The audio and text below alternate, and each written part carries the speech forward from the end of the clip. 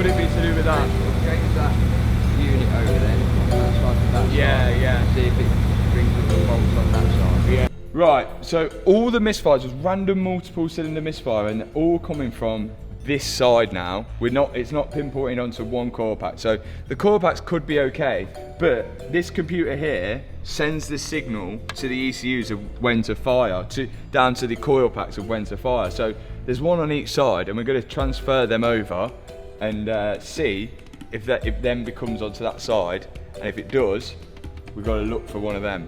So we're using the same technique here as what we used on the coil pack, but now we're hoping to see the misfires jump from the left bank to the right bank. This little computer here is called the Ion computer, I believe. Ion Sense. And that's in charge of sending the power down to the coil packs. We better hope it ain't this. £9,000. What? There you go. There's £9,000.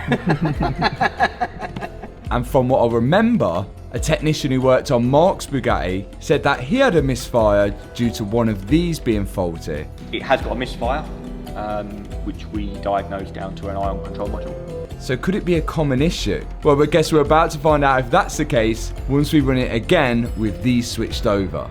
Okay, that's plugged into that side, that's plugged into that side. Let's see if the misfire moves over to that side. I don't know at this point whether I want it to or not, knowing that that is $9,000.